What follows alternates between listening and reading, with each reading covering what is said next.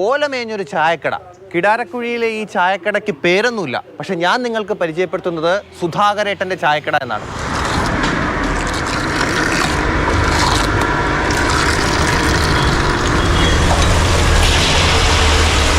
സുധാകരന്റെ മുത്തച്ഛന്റെ അച്ഛൻ പൊടി വ്യാപാരി നടത്തിവന്ന ഹോട്ടൽ പിന്നീട് മകൻ കേശവൻ നാടാർക്കും തുടർന്ന് ചെല്ലൻ നാടാർക്കും കൈമാറി. 23 വർഷം മുൻപാണ് ചെല്ലൻ നാടാരിൽ നിന്നും മകൻ സുധാകരൻ ചായക്കട നടത്തി തുടങ്ങിയത്. 65 വർഷം.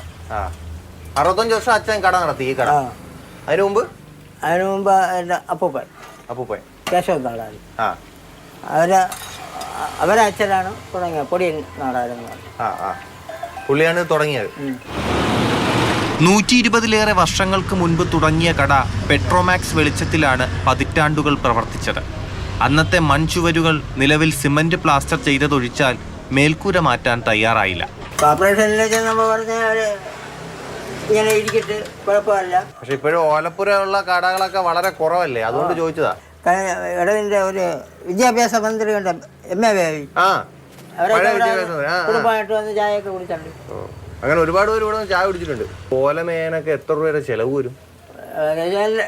ഓലയും മേക്കൂലിയും എല്ലാം കൂടെ 10,000 രൂപയ്ക്കകത്താവും. എത്ര നാൾ കൂടുമ്പോൾ ഓല മേയേണ്ടി വരും? ഒരു 1.5 കൊല്ലമാകുമ്പോൾ കെട്ടണം.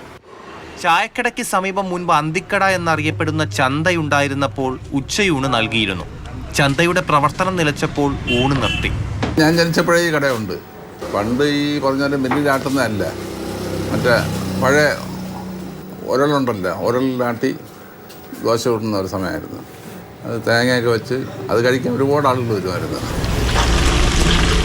ഇന്നും മരപ്പൊടിയും വിറകുമാണ് തീ കത്തിക്കാൻ ഉപയോഗിക്കുന്നത്. രാവിലെ 6 മണി മുതൽ 11 വരെയും വൈകിട്ട് 3 മണി മുതൽ 7 വരെയുമാണ് കടയുടെ പ്രവർത്തന സമയം.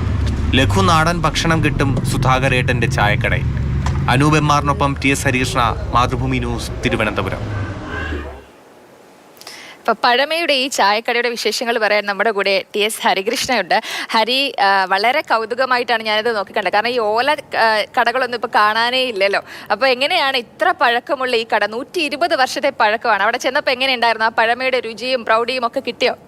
അതൊക്കെ ഉണ്ട്. പക്ഷെ അതിനു മുമ്പ് എനിക്ക് തോന്നുന്ന കാര്യം എന്താണെന്നറിയോ ലക്ഷ്മിക്ക് തോന്നിയതുപോലെ തന്നെ ഈ ഓലമേഞ്ഞ ചായക്കടയൊക്കെ ഇപ്പോൾ ഉണ്ടോ എന്ന് എനിക്കും തോന്നിയിട്ടുണ്ട്. ഞാനൊരു 2 വർഷം മുമ്പ്, എൻ്റെ ഓർമ്മശനെ 2-3 വർഷം മുമ്പ് ഒരു ചിങ്ങ 1 കൊടുക്കാൻ വേണ്ടി ഒരു വാർത്ത ചെയ്തിരുന്നു. അതായത് തിരുവനന്തപുരം നഗരത്തിലുള്ള ഈ ഓലമേഞ്ഞ വീടുകളുണ്ടെങ്കിൽ വീടുകൾ, കടകൾ, അങ്ങനെയുള്ള തേടിപ്പോയി ചെയ്താൽ അന്ന് എനിക്ക് 2-3 ഇത് കിട്ടി. ഒരു റേഷൻ കട ഉൾപ്പെടെയുള്ളതൊക്കെ കിട്ടി.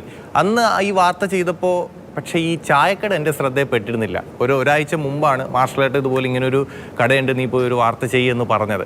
അപ്പോൾ ഞാൻ ആലോചിക്കുന്നത് അന്ന് കിട്ടിയിരുന്നെങ്കിൽ ഇതുകൂടി ഉൾപ്പെടുത്തുന്നത്. പക്ഷേ അന്ന് ഞാൻ ചെയ്ത വാർത്തയിൽ പല കെട്ടിടങ്ങളും ഇപ്പോൾ ഓലയൊക്കെ മാറി കേട്ടോ, കെട്ടിടങ്ങളായി മാറിയിട്ടുണ്ട്. അപ്പോൾ ഇന്ന് ഇത് ചെയ്യാൻ വേണ്ടി പോയ സമയത്ത് അവിടുത്തെ കണ്ടു. ലക്ഷ്മി ആദ്യം ചോദിച്ച പോലെ പഴമയുടെ രുചി എന്ന് പറഞ്ഞാൽ ലഘുഭക്ഷണങ്ങളാണ്. തുടക്കത്തിൽ പണ്ട് ഊണൊക്കെ ഉണ്ടായിരുന്നു എന്ന് അദ്ദേഹം പറഞ്ഞു. അടുത്തൊരു ചന്ത ഉണ്ടായിരുന്നു, ആ ചന്ത നിർത്തിയപ്പോൾ ഊണും ഒക്കെ നിർത്തി എന്ന് പറഞ്ഞു. പിന്നെ ഞാൻ ചിന്തിച്ചൊരു കാര്യം, ഈ ഓല മേയാൻ കുറച്ച് ചിലവുണ്ട്. ഇന്നത്തെ കാലത്ത് ഈ ഓല മേയാനും ഓല മെടയാനും ഒക്കെ വളരെ അപൂർവം ചിലർ മാത്രമേ നമ്മുടെ നാട്ടിൽ അല്ലെങ്കിൽ എവിടെയെങ്കിലും ഒക്കെ ഉള്ളൂ എന്ന് എനിക്ക് തോന്നുന്നു. അപ്പോൾ അവിടുന്നൊക്കെ ആയിരിക്കും ഈ ഓലയൊക്കെ സംഘടിപ്പിച്ച് ഇവർ 1.5 വർഷം കൂടുമ്പോൾ ഓല മേയണം എന്നാണ് പറയുന്നത്. എന്തായാലും കൊള്ളാം, ഇത് ഏറെ നാൾ ഇങ്ങനെ തന്നെ പോട്ടെ. ഇതൊക്കെ ഒരു ഓർമ്മയാണ്. ഇനി വരുന്ന അതേപോലെ എനിക്ക് ഈ ചായക്കട കണ്ടപ്പോൾ പണ്ട് എൻ്റെ നാട്ടിൽ ഇതേപോലെ കുഴുവേലിക്കട എന്ന് പറഞ്ഞൊരു കടയുണ്ടായിരുന്നു. ഇതേമാതിരി ഓല മേഞ്ഞൊരു കട പണ്ടതാണ്. അതേപോലെ ഹരിക്ക് ഇങ്ങനത്തെ ഓർമ്മയുണ്ടോ നാട്ടിൻപുറത്തൊക്കെ?